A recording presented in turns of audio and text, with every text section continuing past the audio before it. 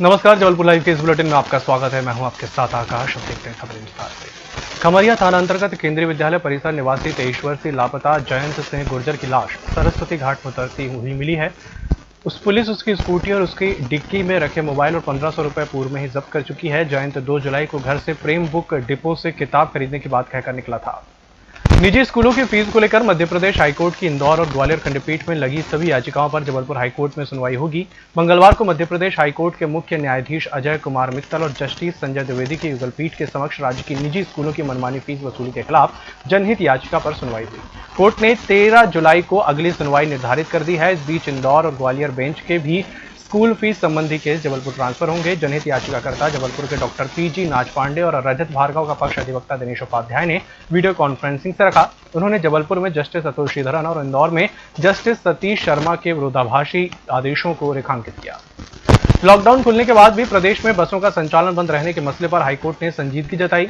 Justice Vijay Kumar Shukla की single bench ने 25 बस मालिकों की याचिका पर सुनवाई करते हुए राज्य सरकार से जवाब तलब किया है। उप महाधिवक्ता को कहा गया है कि वे सरकार से निर्देश लेकर कोर्ट को बताएं कि बस मालिकों को टैक्स में छूट संबंधी अधिसूचना क्यों नहीं जारी की गई।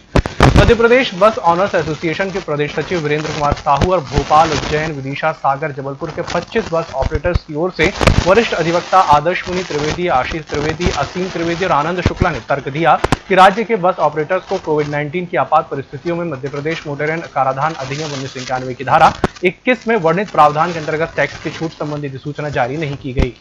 जबलपुर स्थित यादव कॉलोनी में टिम्बर व्यापारी के घर में देर रात घुसे चोरों ने लाखों रुपए नगद, सोने, चांदी के जेवर सहित गृहस्थी के सामान पर हाथ साफ कर दिया। चोरी की वारदात भी उस वक्त हुई जब परिवार के सदस्य घर में सो रहे थे। आज सुबह जब परिजन उठकर कमरे में गए तो देखा कि सारा सामान बिखरा पड़ा है। अलमारी के लॉकर में रखा नकदी रुपए, जेवर और अन्य सामान गायब है। घटना की सूचना मिलते ही पुलिस अधिकारी मौके पर पहुंच गए और जांच के बाद चोरों की तलाश शुरू कर दी है। जबलपुर स्थित खितौला में ससुराल वालों से प्रताड़ित महिला ने जहरीली वस्तु का सेवन कर लिया। इस बात की जानकारी लगते ही डायल 100 वाहन तत्काल मौके पर पहुंच गया। इस बीच कुछ लोगों ने 108 एम्बुलेंस को भी फोन पर सूचना दे दी, लेकिन महिला की हालत को देखते हुए पुलिसकर्मियों ने एम्बुलेंस का इंतजार नहीं किया और तत्काल वाहन में परिजनों के साथ बिठाकर अस्पताल पहुंचाया, जहां पर महिला का समय पर उपचार शुरू हो गया। कोरोना वायरस के संक्रमण से मुक्त होने पर आज सोमवार की देर शाम मेडिकल कॉलेज के सुपर स्पेशलिटी हॉस्पिटल से 2 और व्यक्तियों को डिस्चार्ज किया गया है। दोनों एक ही परिवार के हैं और नेपियर टाउन निवासी हैं। इन्हें मिलाकर जबलपुर में अब तक कोरोना पॉजिटिव पाए गए 450 व्यक्तियों में से 361 स्वस्थ हो चुके हैं और 14 व्यक्तियों की मृत्यु हुई है। जबलपुर में कोरोना के एक्टिव केस अब 75 हो गए। आज 510 सैंपल भेजे गए, जिसमें 297 मुख्य सैंपल और 213 पूल सैंपल।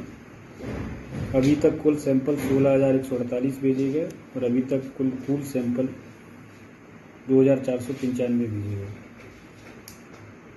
आज 2 व्यक्ति स्वस्थ होकर डिस्चार्ज हुए।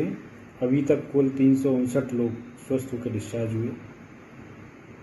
24 घंटे में 8 व्यक्ति पॉजिटिव पाए गए। बचे हुए एक्टिव केस 77 हैं। आज दिनांक तक कुल संक्रमित व्यक्तियों की संख्या 450। आज दिनांक तक कुल मृत मरीजों की संख्या 14। कुल सस्पेक्टेड व्यक्ति 1371। कुल एक्टिव कंटेनमेंट क्षेत्र 11। जबलपुर में पुलिस द्वारा जुआ सट्टा के खिलाफ चलाए जा रहे अभियान के तहत सोमवार को भी एक बड़ी कार्रवाई की गई। क्राइम ब्रांच और गड़ा पुलिस को मुखबिर से सूचना मिली कि नारायण नगर में गार्डन के सामने संतोष शुक्ला के मकान में जुआरियों की महफिल सजी है, जिसके बाद थाना गड़ा पुलिस और क्राइम ब्रांच की संयुक्त टीम के द्वारा दबिश दी गई, जहां कमरे के अंदर जुआ खेलते हुए रंगे हाथों पकड़ा गया। जुआरियों के कब्जे से नगद 2,57,000 रुपए, 12 मोबाइल और ताश के 52 पत्ते जब्त किए गए और थाना गड़ा में धारा 3-4 जुआ एक्ट के तहत कार्रवाई की गई। और जुआरियों को नारायण नगर से जुआ खेलते पकड़ा है और इस पर थाना गड़ा में अपराध क्रमांक 334/20 3-4 जुआ अधिनियम के तहत कार्रवाई की गई है। आरोपियों से 2,57,000 रुपए की राशि जब्त की गई है। 12 मोबाइल जब्त हुए। चोरी जैसी वारदातों में अक्सर पुलिस वारदात के बाद चोरों को पकड़ने का काम करती है, लेकिन जबलपुर के कटंगी थाना क्षेत्र में पुलिस ने एक गिरोह को वारदात करने के पहले ही दबोच लिया।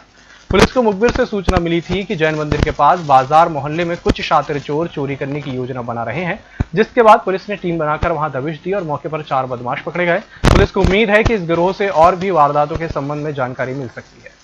ये थाना कटंगी अंतर्गत ये 4 लोगों को आज पकड़ा गया है। इनके पास अवैध रूप से आर्म्स रखे हुए थे।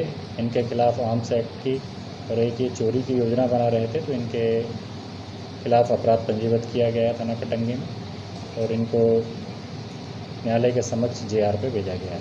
संस्कारदानी जबलपुर में आज एक बार फिर देर रात चाकूबाजी की घटना से हड़कंप मच गया। घटना हनुमानताल थाना के सीढ़ी नीम बाबा टोला की है, जहां एक ऑटो चालक सारिक और उसके एक साथी बकरीदी पर क्षेत्र के ही 4 युवकों ने चाकू से ताबड़तोड़ हमला कर दिया।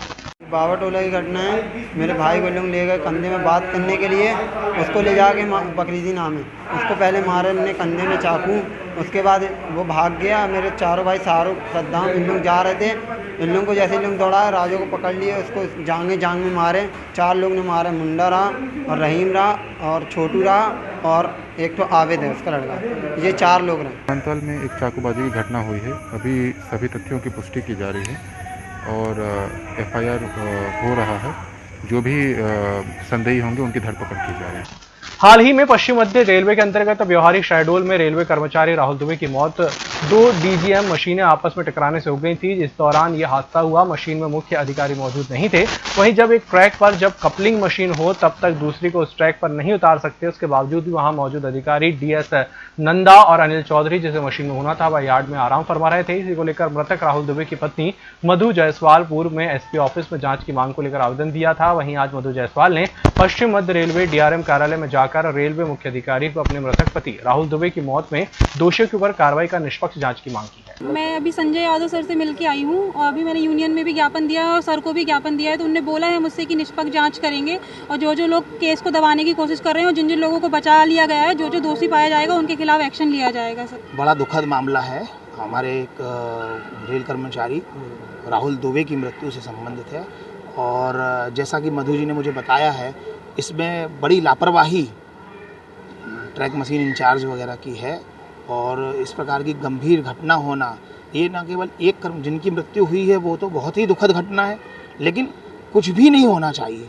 किसी भी कर्मचारी को यदि किसी प्रकार की चोट भी पहुंचती है तो वही बड़ी गंभीर बात होती है। और यहाँ तो अगर लापरवाही के चलते हमारे एक रेल कर्मी की मृत्यु हो गई है, कुछ घायल भी हुए हैं, तो ये अपने आप में बड़ी गंभीर घटना है। हम रेल प्रशासन से विधिवत मांग करेंगे, इसकी निष्पक्ष जांच करवाएंगे और निष्पक्ष जांच होने के बाद जो भी दोषी होगा उसको सजा मिले, वो निर्दोष व्यक्ति फंसे नहीं और दोषी व्यक्ति को ऐसा ना हो कि बिना सजा मिले छूट जाए। इस बुलेटिन फिलहाल इतना ही। नमस्कार।